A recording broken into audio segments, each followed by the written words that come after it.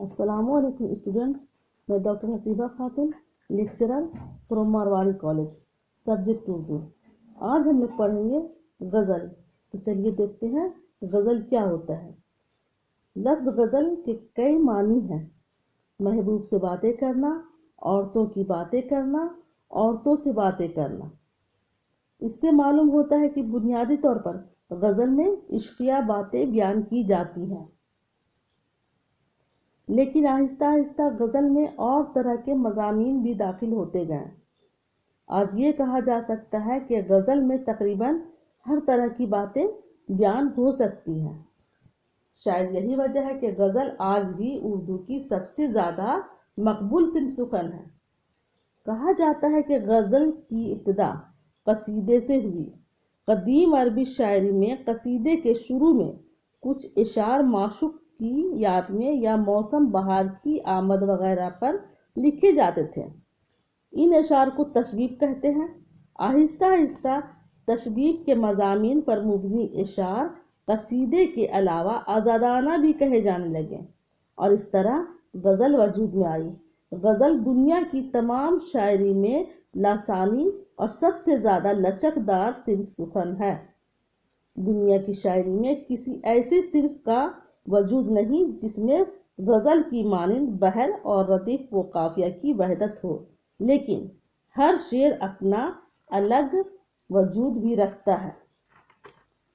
جیسا کہ ہم اوپر پڑھ چکے ہیں، غزل کی ابتدا عربی شاعری کے اثر سے ہوئی، لیکن فارسی شاعروں نے غزل کو واقعی غزل بنایا ہے۔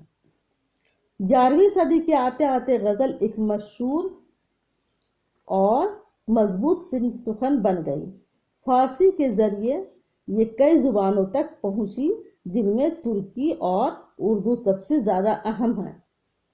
19ویں صدی کے بعض جرمن شاعروں نے بھی اسے قبول کیا، اور آج کل ہندوستان کی کئی زبانوں میں غزل لکھی جا رہی ہے۔ جس طرح غزل میں مضامین کی قید نہیں، اسی طرح اشعار کی تعداد بھی مقرر نہیں ہے۔ عام طور پر 5 سے 19 اشعار تک کی غزلیں ہوتی ہیں، لیکن کئی غزلوں میں 19 سے زیادہ اشعار بھی ملتے ہیں۔ کبھی کبھی ایک ہی بحر اور ردیف و قافیہ میں شاعر ایک سے زیادہ غزلیں کہہ دیتا ہے۔ اس کو 2 غزلہ، سہ غزلہ اور 4 غزلہ وغیرہ بھی کہا جاتا ہے۔ اس کو 2 غزلہ، سہ غزلہ اور 4 غزلہ وغیرہ کہا جاتا ہے۔ غزل کا پہلا شعر مطلع کہلاتا ہے۔ اس کے دونوں مصرے ہم قافیہ ہوتے ہیں۔ مطلع کے بعد بھی مطلع ہو سکتا ہے۔ اس طرح کے مطلع کو مطلع ثانی، اور اگر اس کے بعد بھی مطلع ہو تو اس کو مطلع ثالث کہتے ہیں۔ جس طرح غزل کے اشعار کی تعداد مقرر نہیں ہے، اسی طرح مطلعوں کی تعداد بھی مقرر نہیں ہے۔ مطلع کے فوراً بعد آنے والے شعر کو حسن مطلع یا زیب مطلع کہتے ہیں۔ غزل کے آخری شعر میں شاعر اپنا تخلص استعمال کرتا ہے، یعنی کہ اپنا نام استعمال کرتا ہے۔ اس شعر کو مقطع کہتے ہیں۔ جس غزل میں ردیف نہ ہو اور صرف قافیے ہو، اس کو غیر مردف کہتے ہیں۔ وہ بحر اور ردیف و قافیہ جس کے لحاظ سے غزل کہی جاتی ہے، اسے غزل کی زمین کہتے ہیں۔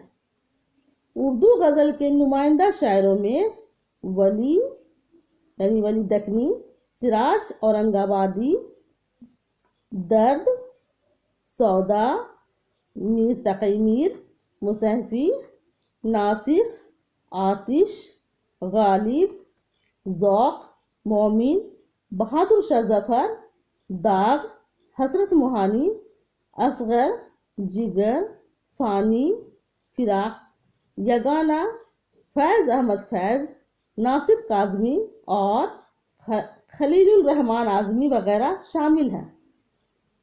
تو غزل کیا ہے؟ یہ ہم لوگ جان گئے۔ امید ہے آپ لوگوں کو سمجھ میں آ گیا ہوگا۔ آج کے لیے اتنا ہی، باقی نیکسٹ کلاس میں۔ اللہ حافظ۔